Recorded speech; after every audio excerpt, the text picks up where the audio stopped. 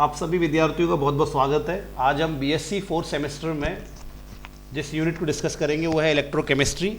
और हम हमारा जो टॉपिक है वो टॉपिक क्या रहेगा, हमारा टॉपिक रहेगा कंडक्टिविटी। कंडक्टिविटी को हम एक दूसरे नाम से भी जानते हैं, इसको कहते हैं कंडक्टेंस, और इसको हम कप्पा से, ये के जो है इसको यहाँ कप्पा कहते हैं, कप्पा से रिप्रेजेंट करते हैं। तो ये कंडक्टिविटी है क्या, इसको समझते हैं। ठीक है, तो कंडक्टिविटी को समझने के लिए आप ये समझ लीजिए कि कंडक्टिविटी की हम 3 डेफिनेशन आपको बताएंगे। हम कंडक्टिविटी की लगभग कुछ नहीं तो 3 डेफिनेशन समझेंगे कि यार ये कंडक्टिविटी असल में है क्या। ठीक है, तो ये 3 डेफिनेशन हमें कंडक्टिविटी की हम आपको बताएंगे। तो चलिए चलते हैं। तो सबसे पहली डेफिनेशन जो सबसे सिंपल डेफिनेशन है उसको देखते हैं। तो उसके लिए हम लेते हैं बच्चों एक इलेक्ट्रोलाइटिक सेल को, हम लेते हैं एक इलेक्ट्रोलाइटिक सेल को। अब इलेक्ट्रोलाइटिक सेल किसको बोलते हैं? इलेक्ट्रोलाइटिक सेल बोलते हैं हम एक ऐसे कंटेनर को, एक ऐसे बर्तन को हम इलेक्ट्रोलाइटिक सेल कहते हैं जिसमें हमने क्या डाले होते हैं, जिसमें हमने एक इलेक्ट्रोलाइट लिया होता है। ये हमारे पास एक क्या है, इलेक्ट्रोलाइट है। इलेक्ट्रोलाइट यानी कि एक ऐसी चीज़, एक ऐसा सब्सटेंस जो अपने आयंस में ब्रेक हो सकता है, उसको हम इलेक्ट्रोलाइट कहते हैं। ठीक है, एक ऐसा पदार्थ, एक ऐसा सब्सटेंस जो अपने आयंस में क्या हो जाता है, ब्रेक हो जाता है, उसको हम क्या कहते हैं, इलेक्ट्रोलाइट कहते हैं। तो एक कंटेनर लो, उस कंटेनर में एक इलेक्ट्रोलाइट का सॉल्यूशन ले लो और उसमें 2 इलेक्ट्रोड डाल दो। इन इलेक्ट्रोड को बैटरी से कनेक्ट कर दो, तो फिर ये इलेक्ट्रोड जो है बैटरी के हिसाब से इलेक्ट्रोड पे क्या आ जाता है, चार्ज आ जाता है। और ये जो हमारा कंटेनर होता है इसको हम इलेक्ट्रोलाइटिक सेल कहते हैं। इलेक्ट्रोलाइटिक सेल असल में है क्या, इसकी डेफिनेशन हम पिछली वीडियोस में देख चुके हैं। फिलहाल के लिए आप इतना समझ लीजिए कि एक कंटेनर होगा, इस कंटेनर में हमारे पास आयंस में ब्रेक होने वाला आयन, तो एक कंटेनर होता है, उस कंटेनर में हमारे पास क्या होते हैं बच्चों, उस कंटेनर में हमारे पास क्या होगा, एक आयंस में ब्रेक हो जाने वाला सब्सटेंस होगा जो पानी में प्रेजेंट है। ठीक है, आयंस में ब्रेक होने वाला सब्सटेंस को हम क्या कहते हैं, इलेक्ट्रोलाइट कहते हैं। एग्जाम्पल के लिए NaCl, ये क्या है, इलेक्ट्रोलाइट है क्योंकि ये आयंस में ब्रेक हो जाता है। एग्जाम्पल के लिए KCl, ये एक इलेक्ट्रोलाइट है क्योंकि आयन में ब्रेक हो जाता है। तो एक इलेक्ट्रोलाइट ले लीजिए और इसमें 2 इलेक्ट्रोड यहाँ पे आप डीप कर दीजिए, 2 ऐसे मेटल के रॉड डीप कर दीजिए जो अभिक्रिया ना करे, जो रिएक्शन ना करे। ऐसे मेटल के रॉड को हम कहते हैं इनर्ट इलेक्ट्रोड। इनर्ट इलेक्ट्रोड लेना है आपने, जैसे कि प्लैटिनम का हो सकता है। ठीक है, इस तरह से आप ले लीजिए और फिर इसको हम बैटरी से आप इसको कनेक्ट कर लीजिए, चार्ज हो जाएगा। तो ये आपका एक क्या हो गया, इलेक्ट्रोलाइटिक सेल हो गया। इस इलेक्ट्रोलाइटिक सेल में ये जो आयंस होते हैं, ये आयंस अपने से अपोजिटली चार्ज रॉड की ओर क्या है, मूव करते हैं। ये जो आयंस होते हैं ये अपने से अपोजिट चार्ज रॉड की ओर क्या करेंगे, मूव करेंगे। जैसे कि पॉजिटिव आयन कहाँ मूव करेगा, नेगेटिव रॉड की ओर मूव करेगा। नेगेटिव आयन कहाँ मूव करेगा, पॉजिटिव रॉड की ओर मूव करेगा। और यहाँ जाकर ये इलेक्ट्रॉन लेते और देते हैं, मतलब पॉजिटिव आयन यहाँ से इलेक्ट्रॉन ले लेता है, ठीक है, और नेगेटिव आयन यहाँ इलेक्ट्रॉन दे देता है। मैं भी उस रिएक्शन नहीं दिखा रहा हूँ, बस आपको बता रहा हूँ कि पॉजिटिव आयन यहाँ से इलेक्ट्रॉन लेता है, नेगेटिव आयन यहाँ इलेक्ट्रॉन दे देता है। तो इस प्रकार से ये आयन्स यहाँ मूव करते हैं और आयन्स के मूवमेंट की वजह से यहाँ क्या होता है, करंट बहता है। आयन्स की मूवमेंट की वजह से यहाँ इस इलेक्ट्रोलाइटिक सोल्यूशन में क्या बहेगा, करंट फ्लो करेगा। ठीक है, यहाँ पे ये करंट फ्लो करेगा। ओके, और इसी करंट को हम क्या कहते हैं, कंडक्टेंस। क्या कहते हैं, कंडक्टेंस। कंडक्टिविटी नहीं है ये क्या है, कंडक्टेंस है। तो पीछे मैं आपको इसको डिटेल में समझा चुका हूँ कंडक्टेंस को। यहाँ पर हम कंडक्टिविटी की बात कर रहे हैं आज। तो ये जो हमारा आयंस होते हैं, ये आयंस हमारे इस सॉल्यूशन में क्या करते हैं बच्चों, फ्लो करते हैं। और ये आयंस अपोजिट इलेक्ट्रोड की ओर जाते हैं और अपोजिट इलेक्ट्रोड में जाके ये आयंस इलेक्ट्रॉन लेने और देने का काम करते हैं। और इन्हीं आयंस के गति करने की वजह से, इन्हीं आयंस के मोशन करने की वजह से यहाँ पे क्या बहता है, करंट बहता है।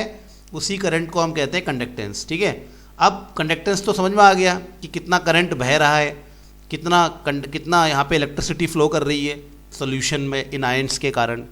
लेकिन फिर ये स्पेसिफिक कंडक्टेंस क्या है, या यूँ कहें कि ये कंडक्टिविटी क्या है। तो ये स्पेसिफिक कंडक्टेंस क्या है भाई, इसको समझते हैं अब। ठीक है, तो इसके नाम में क्या लिखा हुआ है, इसके नाम में स्पेसिफिक लिखा है। तो यहाँ पर स्पेसिफिक कंडक्टेंस यानी कि एक ऐसा कंडक्टेंस एक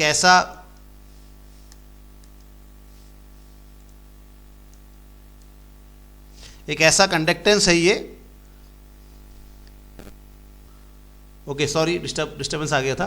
तो ये एक ऐसा क्या है, कंडक्टेंस है, थोड़ा स्पेलिंग सही कर लेते हैं। ओके, तो ये एक ऐसा कंडक्टेंस है जो कब होगा, स्पेसिफिक कंडीशंस में होगा। अब समझाता हूँ इसका क्या मतलब है।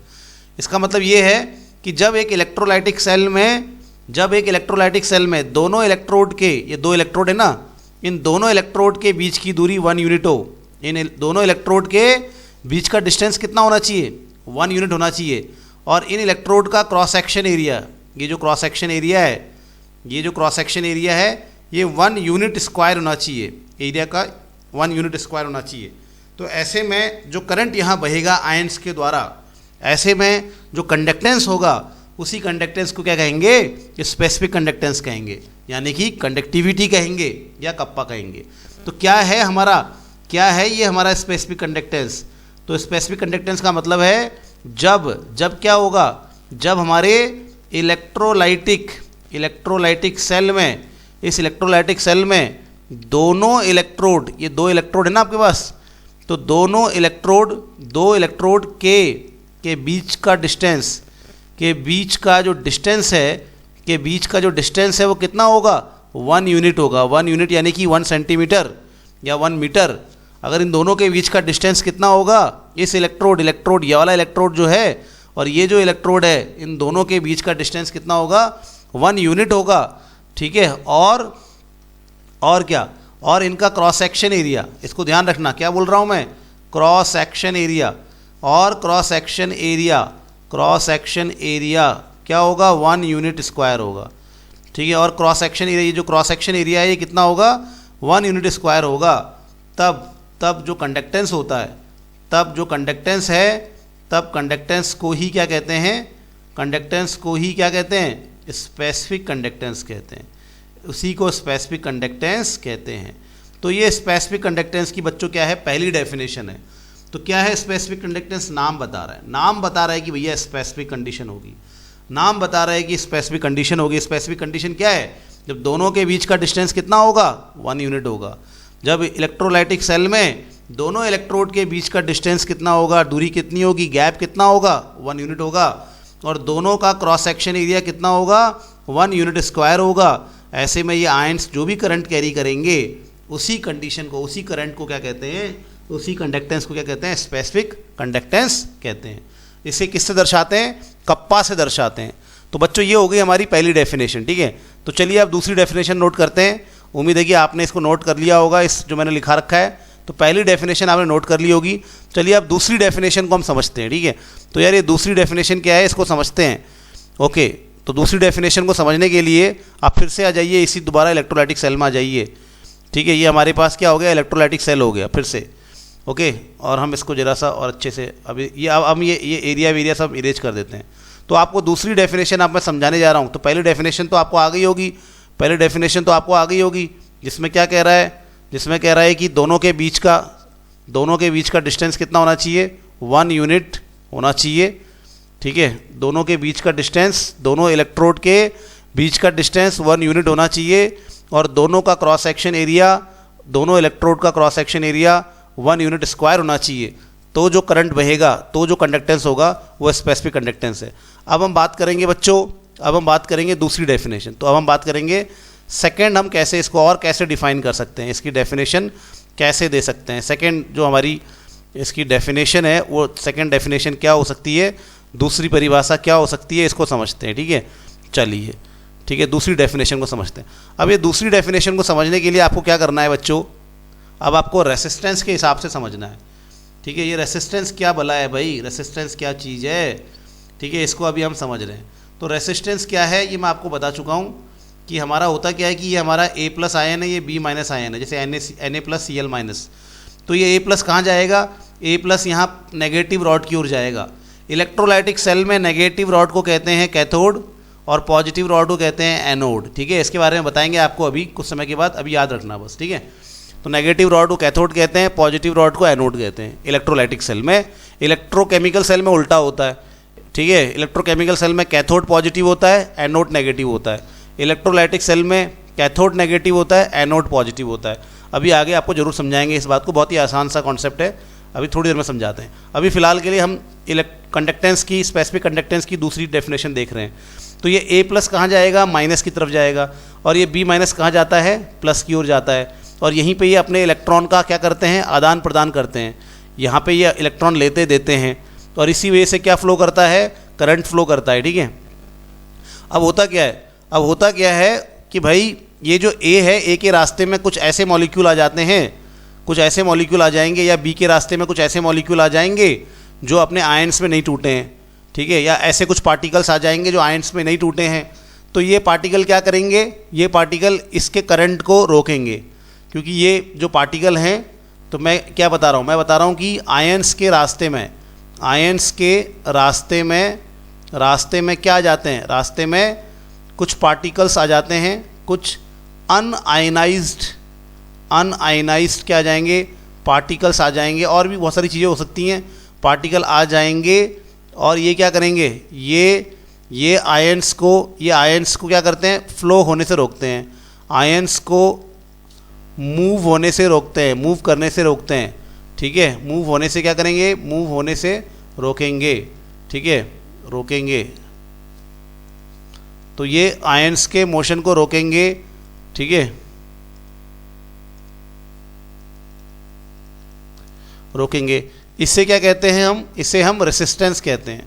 इसी को हम क्या कहते हैं, इसको हम रेसिस्टेंस, इसी को क्या कहते हैं, इसको हम कहते हैं रेसिस्टेंस। ये एक बात ध्यान रखना कि दिस इज अ रेसिस्टेंस। इसको हम क्या कहते हैं, प्रतिरोध कहते हैं, विलयन का प्रतिरोध, कि भैया विलयन में, सॉल्यूशन में ऐसे अनआयनाइज्ड मॉलिक्यूल होंगे, ऐसे पार्टिकल्स होंगे जो इन आयंस के मोशन को, इन आयंस की गति को क्या करेंगे, इनके रास्ते में आएंगे, उसको रोकेंगे। इसको क्या कहते हैं, रेसिस्टेंस कहते हैं।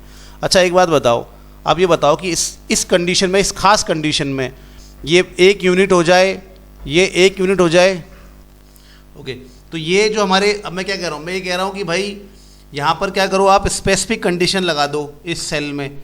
स्पेसिफिक कंडीशन क्या है, डिस्टेंस कितना होगा दोनों इलेक्ट्रोड के बीच में, 1 यूनिट होगा, एक इकाई का होगा। और ये जो हमारा क्रॉस सेक्शन एरिया है दोनों का, क्रॉस सेक्शन एरिया, ये जो हमारा इलेक्ट्रोड है, ये जो हमारी छड़ है, इसका ये जो एरिया होता है नीचे चपटा एरिया, इसको क्रॉस सेक्शन एरिया कहते हैं। ये 1 यूनिट स्क्वायर हो जाए, तो इस स्पेसिफिक कंडीशन में हमारा जो रेसिस्टेंस होता है उसको हम स्पेसिफिक रेसिस्टेंस कहते हैं, ठीक है।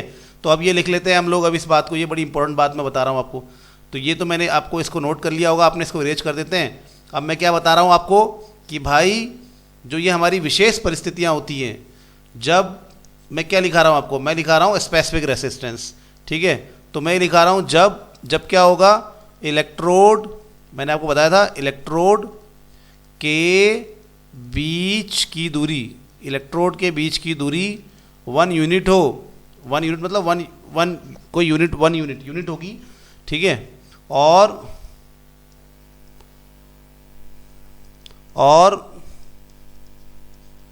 इसका जो क्रॉस सेक्शन एरिया है 1 यूनिट, यानी कि 1 सेंटीमीटर 1 मीटर ऐसे, ठीक है। और इसका cross section area 1 unit square हो, ठीक है, 1 यूनिट स्क्वायर हो, 1 यूनिट स्क्वायर हो, तो क्या होगा, तो जो रेसिस्टेंस होता है, तो रेसिस्टेंस जो होता है उसे हम क्या कहते हैं, जो प्रतिरोध होता है उसे हम कहेंगे स्पेसिफिक रेसिस्टेंस। क्या कहेंगे उसको, स्पेसिफिक रेसिस्टेंस कहते हैं बच्चों।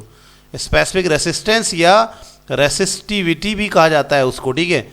उसको स्पेसिफिक रेसिस्टेंस रो कहते हैं। ये बहुत इंपॉर्टेंट है, इसको आप अच्छे से नोट कर लीजिए, अच्छे समझ लीजिए क्या बताया जा रहा है, आपको समझ गए होंगे मुझे लगता है। ये एक बहुत ही इंपॉर्टेंट बात आपने क्या करनी है, नोट कर लेनी है। क्या बता रहा हूँ मैं कि भैया वही बात हो गई, जब ये दोनों के बीच की दूरी कितनी होगी, 1 सेंटीमीटर 1 मीटर जो भी है 1 सेंटीमीटर होगी, और ये cross section area 1 centimetre square होगा। ऐसे में जो भी इस विलयन का, जो भी इस सोल्यूशन का क्या होगा, रेसिस्टेंस होगा, उसको क्या कहेंगे, स्पेसिफिक रेसिस्टेंस कहेंगे, उसको रो से दर्शाएंगे, ठीक है। उसको क्या दर्शाएंगे हम, रो से दर्शाएंगे। तो आप इसको नोट कर लीजिए, डेफिनेशन है, बहुत इंपॉर्टेंट डेफिनेशन है। अब आगे बढ़ते हैं, ठीक है, अब हम आगे बढ़ते हैं। अब बच्चों सेकंड डेफिनेशन में हम क्या समझने वाले हैं, आपने अभी तक आपने पढ़ा था, आपने पिछली क्लास में पढ़ा है कि रेसिस्टेंस का उल्टा क्या होता है, कंडक्टेंस होता है। जितना कम रेसिस्टेंस होगा उतना ज़्यादा करंट बहेगा, सीधी बात है। जितना कम प्रतिरोध होगा उतना ज़्यादा क्या बहेगा, करंट बहेगा। तो रेसिस्टेंस का उल्टा क्या होता है, कंडक्टेंस। वैसे ही रेसिस्टिविटी का उल्टा यानी कि स्पेसिफिक रेसिस्टेंस का उल्टा होता है स्पेसिफिक कंडक्टेंस। बस ये एक और सेकंड डेफिनेशन हो गई।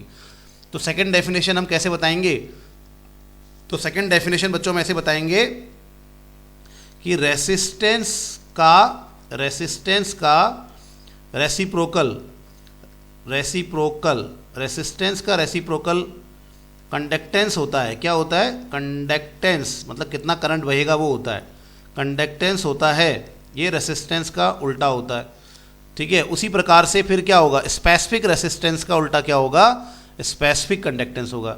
तो हम इसी को लिखेंगे इसी प्रकार से, ठीक है, ऐसे ही, like this the reciprocal of, मैं हिंदी में लिखा रहा हूँ, आप इंग्लिश में लिख लीजिएगा, the reciprocal of specific resistance is called specific conductance, ठीक है। इसी प्रकार से स्पेसिफिक रेसिस्टेंस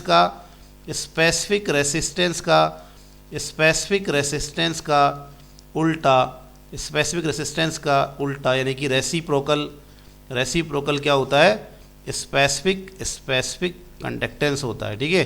तो ये हमारे पास क्या आ गई, स्पेसिफिक कंडक्टेंस की दूसरी डेफिनेशन आ गई। तो समझ रहे होंगे, बताने का तरीका है एक ही, आंसर सब एक ही है, ठीक है। डेफिनेशन क्या है कि जब दोनों के बीच की इलेक्ट्रोलाइटिक सेल में, इलेक्ट्रोलाइटिक सेल क्या है, इलेक्ट्रोलाइटिक सेल है, एक इलेक्ट्रोलाइट का सॉल्यूशन ले लो, उसमें 2 इलेक्ट्रोड डुबो दो और उनको चार्ज कर दो, यही इलेक्ट्रोलाइटिक सेल है। इस इलेक्ट्रोलाइटिक सेल में अगर दोनों इलेक्ट्रोड के बीच का डिस्टेंस क्या होगा, 1 यूनिट होगा और cross section area 1 unit square होगा। तो जो भी यहाँ पे रेसिस्टेंस होगा उसको स्पेसिफिक रेसिस्टेंस कहते हैं। और स्पेसिफिक रेसिस्टेंस का उल्टा क्या होता है, हमारा स्पेसिफिक कंडक्टेंस होता है, ठीक है। जैसे रेसिस्टेंस का उल्टा कंडक्टेंस, जितना कम रेसिस्टेंस उतना बढ़िया करंट बहेगा। तो जैसे रेसिस्टेंस का उल्टा कंडक्टेंस, वैसे ही स्पेसिफिक रेसिस्टेंस का उल्टा क्या होता है, स्पेसिफिक कंडक्टेंस होता है, ठीक है। तो ये हमारे पास दूसरी डेफिनेशन है, इसको भी याद कीजिए, बहुत सिंपल सी डेफिनेशन है। चलिए फटाफट से तीसरी डेफिनेशन में आते हैं, ठीक है। उसके बाद हम इसके फॉर्मूले में जाएंगे कि भैया स्पेसिफिक कंडक्टेंस का फॉर्मूला क्या होता है और स्पेसिफिक कंडक्टेंस का फॉर्मूला क्या होता है, और इसके साथ साथ स्पेसिफिक कंडक्टेंस की यूनिट क्या होती है, उसको हम समझेंगे। चलिए अब मैं आपकी तीसरी डेफिनेशन बता रहा हूँ। क्यों मैं आपको ये 3 डेफिनेशन बता रहा हूँ, याद रखना, मैं जो तीसरी डेफिनेशन बताऊँगा उसको कहीं ना कहीं पर यूज़ करूँगा। तो हम अब तीसरी डेफिनेशन में चलते हैं। अब हम अपने इलेक्ट्रोलाइटिक सेल को ना बच्चों, अब हम अपने इलेक्ट्रोलाइटिक सेल को ऐसे बनाते हैं। इलेक्ट्रोलाइटिक सेल को अब हम ऐसे बनाएंगे, हम अपने इलेक्ट्रोलाइटिक सेल को बनाने के लिए क्या यूज़ करते हैं, देखो हम यूज़ करते हैं बच्चों, हमने यूज़ कर लिया एक धातु का, एक मेटल का ऐसा एक शीट यूज़ कर लिया, फिर एक और मेटल का शीट यूज़ कर लिया, ऐसे करके 2 मेटल के शीट हमने यूज़ कर लिए। ये 2 मेटल के हमारे पास क्या हैं, शीट है, ठीक है। और ये 2 मेटल की शीट को फिर आपस में प्लास्टिक की वॉल है, ये जो मैंने येलो बना दी ना, ये प्लास्टिक की वॉल है। तो अब समझ लो मैं क्या बता रहा हूँ। चलो मैं रेड से इसको कर देता हूँ। ये जो मैं बना रहा हूँ, ये हमारे पास जो है, ये पीछे वाली जो वॉल है ना बर्तन की, ये पीछे वाली जो दीवार है ये लोहे की बनी है, मतलब मेटल की बनी है, लोहा नहीं। और ये आगे वाली दीवार भी जो है वो किससे बनी है, ये भी मेटल से बनी है। ये आगे वाली भी मेटल से बनी है और पीछे वाली भी मेटल से बनी हुई है। तो एक ऐसा बर्तन हमने लेना है, ठीक है, समझ गए होंगे। पीछे वाली मेटल की है और आगे वाली किसकी है, मेटल की है। अब इन दोनों के बीच का डिस्टेंस हम ले लेंगे, इन दोनों के बीच का डिस्टेंस 1 यूनिट ले लो आप, ठीक है। इन दोनों के बीच का ये जो, अब ये दोनों जो हमारे पास प्लेट है, ये प्लेट आगे की प्लेट मेटल की है और पीछे की प्लेट हमारे पास मेटल की है, समझ रहे हो। इस बार हमें बर्तन कैसा लेना है,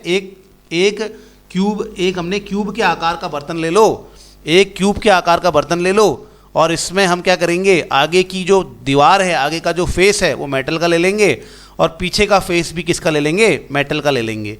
मतलब आगे की दीवार एक प्लेट है, धातु की प्लेट है, और पीछे की दीवार भी एक धातु की प्लेट है, ऐसा ले लेंगे, ठीक है। उसके बाद हम क्या करेंगे, उसके बाद हमने इसको जोड़ देना है प्लस के साथ और इसको जोड़ देना है माइनस के साथ, ठीक है। ऐसे करके बैटरी के साथ हम इसको कनेक्ट कर देंगे, एक को प्लस के साथ एक को माइनस के साथ कनेक्ट कर देंगे, ठीक है। और बच्चों यहाँ पर इसका जो एरिया है, इस आगे वाली जो प्लेट है या पीछे वाली प्लेट है, इसका एरिया अच्छा ऐसे समझ लो आप, और आसान तरीके से समझ लेते हैं, ठीक है, एक और आसान तरीके से हम इस बात को समझ लेते हैं। तो हम क्या कर रहे हैं, एक बार दोबारा समझ लो कि हम एक बर्तन ले रहे हैं जो किस आकार का है, क्यूब आकार का है, ऐसा समझ लो। और उस बर्तन में आगे वाली प्लेट मेटल की है जो लाल से बना रखी है, और पीछे वाली प्लेट भी मेटल की है जो लाल से बना रखी है, और दोनों प्लेट को जोड़ देना है बैटरी के साथ, एक को प्लस के साथ जोड़ देना है, एक को माइनस के साथ जोड़ देना है, ठीक है। और सबसे इंटरेस्टिंग बात आप ध्यान रखना, सबसे इंटरेस्टिंग बात यह है कि इसमें हर एक साइड 1 सेंटीमीटर होगी, हर एक साइड क्या होगी 1 सेंटीमीटर, ये भी 1 सेंटीमीटर, हर एक साइड कितनी होगी 1 सेंटीमीटर होगी, ठीक है। तो हर एक साइड कितनी होगी 1 सेंटीमीटर होगी, ठीक है। और इसके अंदर भरा है हमारा, इसके अंदर भरा हुआ है हमारा क्या, इलेक्ट्रोलाइट। तो ये एक तरह से क्या बन गया, हमारा एक इलेक्ट्रोलाइटिक सेल बन गया। इस बार हमारी जो रॉड है, इस बार जो हमारा इलेक्ट्रोड है, वो इस बार रॉड के आकृति का नहीं है, वो किस शेप का है, इस बार हमारा जो इलेक्ट्रोड है वो रॉड की आकृति का ना होकर किस शेप का है, ऐसे करके फेस है हमारा, ये दीवार की तरह है। और ये पीछे वाला जो हमारा दूसरा इलेक्ट्रोड है वो किस तरह, वो भी एक प्लेट है, वो भी एक दीवार है, वो भी एक फेस है पीछे की तरफ, ठीक है। तो समझ गए होंगे। इस बार हमारा ये जो हमारा इलेक्ट्रोलाइटिक सेल है वो एक इस बार बक्से की तरह है, और हमारी जो ये इलेक्ट्रोड है इस बार वो इसके दीवार हैं, आगे और पीछे की दीवार है, और ये दोनों मेटल की बनी हुई है, ठीक है। और इसमें हर एक जो साइड है वो कितनी है 1 सेंटीमीटर है, हर एक साइड कितनी है 1 सेंटीमीटर है, ठीक है। अब ज़रा ध्यान समझो, अब इसके अंदर क्योंकि यहाँ पर क्या है, यहाँ पर क्या होगा, यहाँ पर जो करंट बहेगा, यहाँ पर जो करंट बहेगा कैसे बहेगा, यहाँ पे जो इन आयंस के द्वारा करंट बहेगा उसकी बात कर रहा हूँ।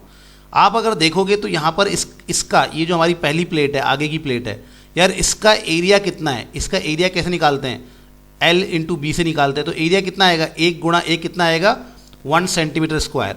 तो इस बार जो हमारी जो इलेक्ट्रोड है, इस बार जो हमारी इलेक्ट्रोड है वो प्लेट की तरह है, हमारी इलेक्ट्रोड प्लेट की तरह है। उसका एरिया कितना है, उसका एरिया कितना है बताओ तो, उसका एरिया है 1 सेंटीमीटर स्क्वायर, ठीक है, एरिया 1 सेंटीमीटर स्क्वायर है, ठीक है। और दोनों प्लेट के बीच की दूरी कितनी है, आगे वाली प्लेट और पीछे वाली प्लेट के बीच में दूरी कितनी है, दोनों प्लेट के बीच की दूरी कितनी है बताओ तो जरा एक बार, दोनों प्लेट के बीच की दूरी कितनी है 1 सेंटीमीटर है। तो जब दो प्लेटों के बीच की दूरी 1 सेंटीमीटर हो और उनका एरिया 1 सेंटीमीटर स्क्वायर हो, तो उस कंडीशन में जो करंट बहता है, सॉल्यूशन में जो कंडक्टेंस होता है उसी को तो हम स्पेसिफिक कंडक्टेंस कहते हैं, पता है ना आपको, उसी को क्या कहते हैं, स्पेसिफिक कंडक्टेंस कहते हैं, ठीक है। ये तो हम पीछे भी पढ़ चुके हैं, ये तो कोई नई बात नहीं है। तो नई बात क्या है, तो अभी एक बार समझ लिया इस बात को कि भैया इसका क्रॉस सेक्शन, इसका जो एरिया, अब क्रॉस सेक्शन नहीं बोलेंगे, अब सरफेस एरिया बोलेंगे, ठीक है, क्योंकि ये अब ऐसा एक अगर लकड़ी की तरह होता, एक ट्यूब की तरह होता तब बोलते हैं क्रॉस सेक्शन, और अगर चपटा है तो सरफेस एरिया बोलते हैं। तो जब प्लेट का सरफेस एरिया कितना हो 1 सेंटीमीटर स्क्वायर हो और दोनों के बीच में दूरी कितनी हो 1 सेंटीमीटर हो, तो जो भी करंट बहेगा सॉल्यूशन के अंदर, इसके अंदर सॉल्यूशन है, AB सॉल्यूशन है, तो जो भी करंट बहेगा उसको क्या कहेंगे, स्पेसिफिक कंडक्टेंस कहेंगे, ठीक है। अब जो मैं कह रहा हूँ वो समझ लेना, बहुत ही आसान बात कहने जा रहा हूँ मैं, बहुत ही आसान बात कहने जा रहा हूँ, समझ लेना इसको। तो मैं ये कहने जा रहा हूँ भैया यार, जब ये एरिया 1 सेंटीमीटर स्क्वायर है, जब ये एरिया 1 सेंटीमीटर स्क्वायर है और ये जो लेंथ है वो 1 सेंटीमीटर है, तो वॉल्यूम कितना हो जाएगा, तो वॉल्यूम क्या होता है, एरिया इंटू लेंथ होता है। वॉल्यूम कितना होता है, एरिया इंटू लेंथ। एरिया क्या है 1 सेंटीमीटर स्क्वायर है और लेंथ कितनी है 1 सेंटीमीटर है, तो वॉल्यूम कितना हो गया 1 सेंटीमीटर क्यूब हो गया। तो मैं इसको ऐसे ना बोल के कि इसका एरिया 1 सेंटीमीटर स्क्वायर हो इलेक्ट्रोड का और उनके बीच की दूरी 1 सेंटीमीटर हो, ऐसा ना बोल के क्या बोल सकता हूँ, ऐसा ना बोल के मैं बोल सकता हूँ कि ये जो वॉल्यूम है अंदर, ये जो विलियन जो सॉल्यूशन है उसका वॉल्यूम कितना है 1 सेंटीमीटर क्यूब, 1 सेंटीमीटर क्यूब।